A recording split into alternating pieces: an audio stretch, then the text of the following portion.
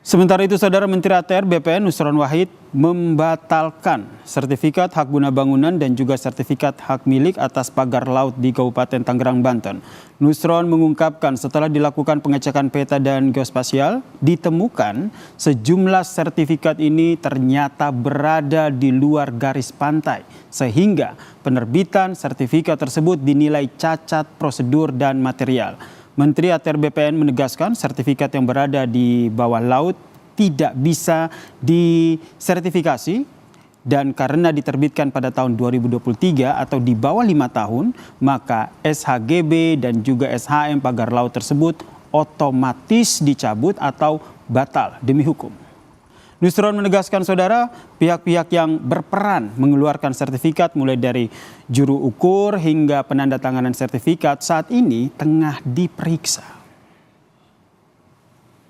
Prosedur dan cacat material berdasarkan PP nomor 18 tahun 2021 selama sertifikat tersebut belum berusia 5 tahun, maka Kementerian ATR BPN mempunyai kewenangan untuk mencabutnya. Yang terkait baik itu juru ukur, juru tetap maupun yang tanda tangan pada masa itu, hari ini sudah dipanggil dan dalam proses pemeriksaan oleh APIP, Aparatur Pengawas Internal Pemerintah. Ketua Komisi 4 DPR RI Titik Soeharto yang ikut melakukan peninjauan ke lokasi pagar laut sepanjang 30,16 km di perairan Tangerang, Banten.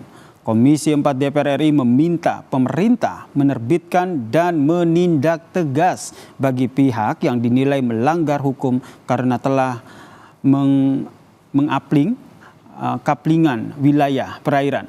Titik juga menuntut pihak yang memasang pagar laut di perairan Tangerang ini agar memberikan biaya ganti rugi pembongkaran.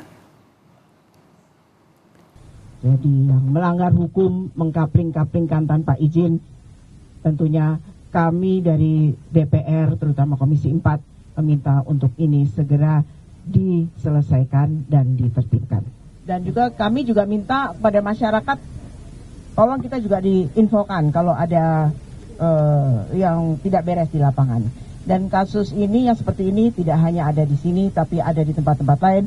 Mudah-mudahan kami DPR bisa melakukan fungsi pengawasan untuk menyelesaikan atau membantu menyelesaikan masalah-masalah yang ada di daerah-daerah lain.